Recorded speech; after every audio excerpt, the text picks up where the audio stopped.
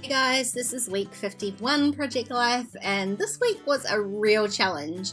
I asked my patrons what I should work with this week, and these are the 5 things that they chose for me to work with. So they wanted me to use old Project Life cards, watercolors, washi tape, some stitching, and transparencies. Now all of these things are probably not things that I put onto my Project Life spreads very often, and it did take me a little bit of time. Now, one other thing that I wanted to just pop in here was to show you how I store my Project Life cards. People ask me all the time, and this is what I store them in. It is literally a shoebox that I put some cardboard dividers in. I still have all of my rounded corner cards in there, despite the fact that I never use them anymore. And I've sort of been trialing having my other 3x4 cards divided into sort of categories, and I'm not sure how well that works for me. I used to just have them stored sort of in rainbow color, which I think worked better, but I'm gonna leave it like this for a little bit longer and see how I go. Right, so back to the actual page. Having the categories of those journaling cards sort of was a little bit helpful. I didn't know what kind of categories to use. This first slot here, I just went and picked out some journaling card options.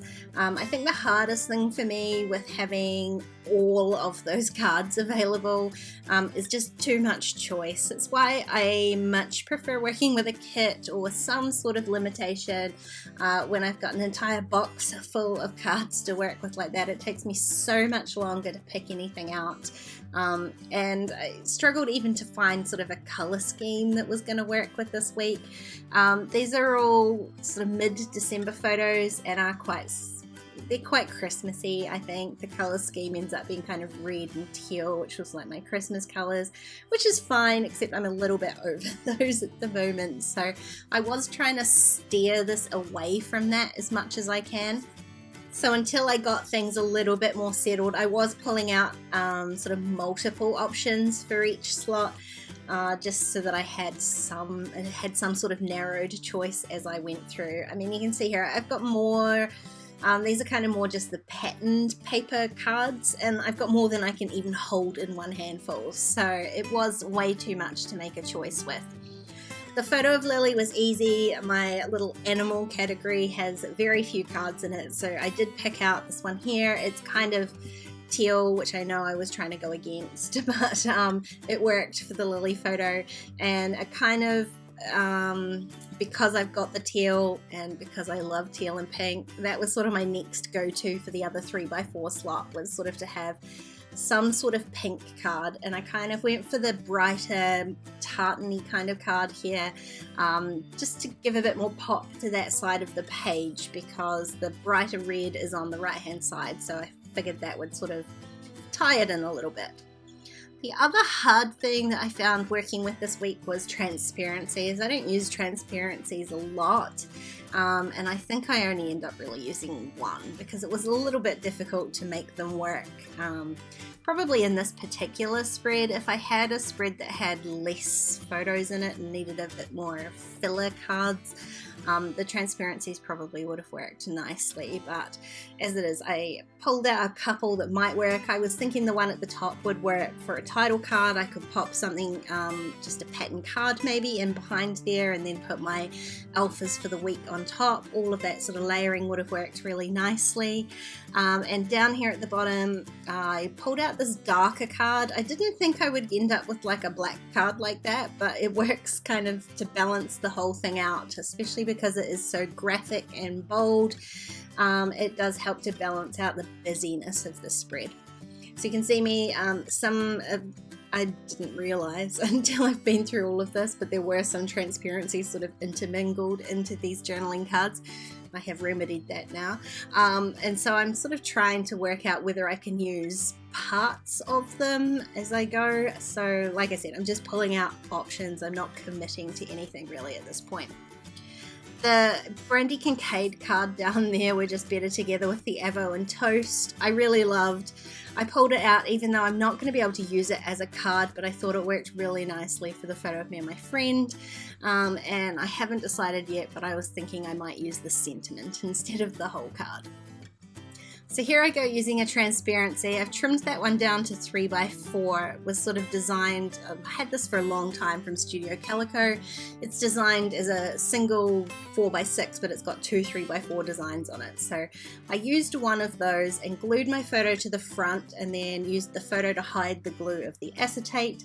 And then I ended up stitching that with my sewing machine. Stitching was one of those prompts that my patrons wanted me to use, and I decided to use the sewing machine for that one. It would just be neater and much quicker, and it gives a little bit more texture to the card too. Now this bottom 4x6, I was gonna just slap my photo straight down, but I decided to mount it. A couple of reasons: just to add a little bit more color to it, but also it makes me use up another 4x6 card.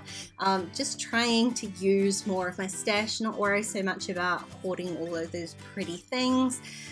Even though I covered up most of it, it does give that little pop of color down the bottom.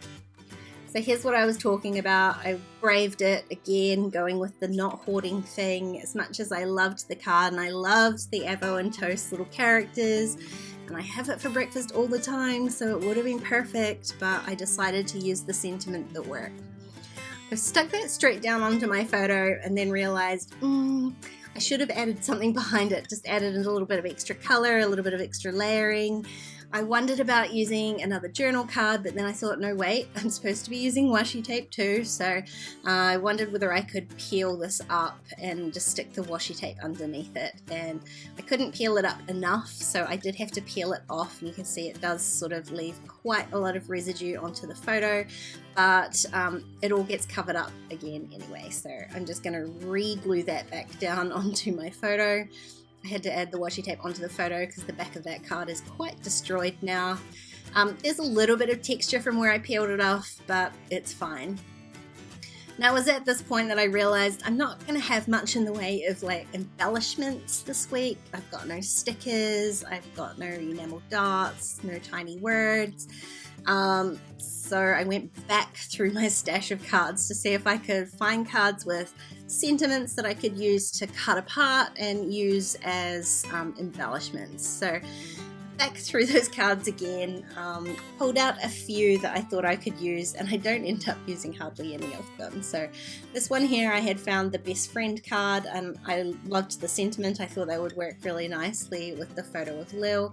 Nice subtle colors, and it's going to go well with the teal. But I'm going to save you watching the rest because it was pretty dull, and like I say, I don't end up using them.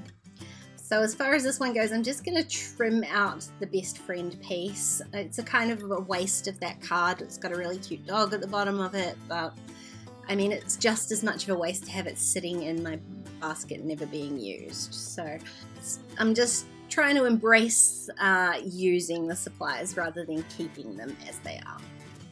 I'm going to add a little bit more washi tape to this photo down here, and I wanted to layer it, but this teal one I've got is super transparent, and especially on top of the gold glitter, it didn't look very good. So I'm going to use the white space of that card, not wasting any of it. I just put down a strip of the washi tape, and then I can glue that on just with my tape runner, and it gives me the illusion of two pieces of washi tape, but I don't have that kind of weird see-throughness of it. So that ties a couple of those photos together with the washi tape, and I realized the one thing that I haven't used on this layout so far is watercolor. So I went and grabbed just a 4x6 of some heavyweight white smooth card, and I'm going to use some of this magical powders on here. I really love these Lindy's Gang magical shakers. This one is, I think it's Umpapa Pink. Yes, it is Umpapa Pink. And I just shaken out a little bit onto the card, starting at the top left-hand corner. These powders go a long way, so I'm learning as I go not to add too much to start off with. You can always add more, it's harder to take it away. So I sprinkled some of the powder on, and then I'm kind of just using that tapping technique, like splattering water on top and just mixing it a little bit with the brush. Trying not to touch the brush to the card too much, only in certain places, and adding a lot of splatters, picking up the different colors because these powders have multiple colors in them, so it gives you that really, it's a really easy way to get that really pretty watercolor look. Decided the less fussing about the better, so I'm going to leave my title card, but just to tie it in a little bit, I'm going to add some of these splatters onto the journaling card that I'm going to do my typing on as well. I picked up some of the water from the title card piece and it just wasn't quite dark enough, so I did tip out a little bit of the powders onto my scrap paper, added a little bit of water and splattered that on, and that just gives it a little bit more darkness. Now I'm just going to wait for all of that to dry, and I'll admit I did hit it with a hairdryer just to speed up the process a little bit. And now I'm going to finish off my title card, and I'm going to do some stitching. I'm going to do some proper stitching, not with the sewing machine. I'm going to do some hand stitching on here. Haven't done this in a really long while. The wooden veneer numbers that I've got are super old. I got them in a Studio Calico kit many years ago, and I pretty much only use them for this purpose.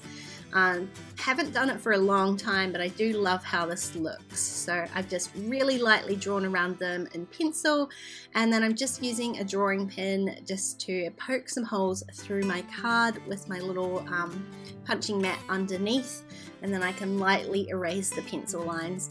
Depending on what color you're going to stitch with, you almost don't need to erase the pencil lines. I was really careful doing it over top of the watercolor. I didn't want to erase any of the color at the same time. And then I'm going to do some stitching on top. So I've grabbed some embroidery floss. I decided to go sort of tone on tone, so I've got a really dark pink sort of red color, and I am going to split that down so that it's 3 strands rather than 6. Then I just pull it through the back to the front and tape the end down with some washi tape and go ahead and start stitching. Just do a simple back stitch all the way around, and then washi tape the end when I'm finished. And that's just a really simple, easy way to add texture to a spread. So to finish off my title card here, I just put it on so I could see what color. I'd pulled out a bunch of alphas from my stash. I know that's kind of cheating, but I had to use alphas somewhere. I've got no stamps, I've got no other way to add words on here, so I am adding alphas as a little extra. It's my rules, so that's cool by me. I chose black because I've got quite a lot of black in the photos and that black card down the bottom. It just balances it all out. I've added the alphas and just stamped my dates straight onto the card, no label this week.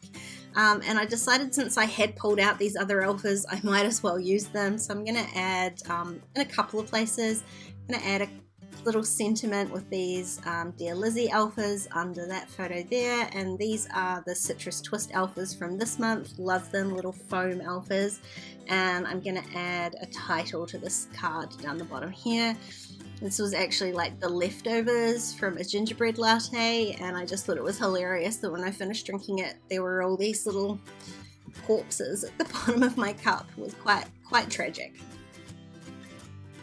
And once I finished adding all of those, that is my layout all done. This was difficult. It's hard using things that I didn't choose myself, but I guess it was a nice little challenge, and I really love how it turned out. If you enjoyed this video, please give it a thumbs up, and don't forget to subscribe to my channel if you haven't already. If you want to keep watching, there's going to be a couple more videos on screen, or why not check out my Patreon page, and then you can choose the things that I have to use as well. Thanks for watching, guys, and I will see you again really soon. Bye!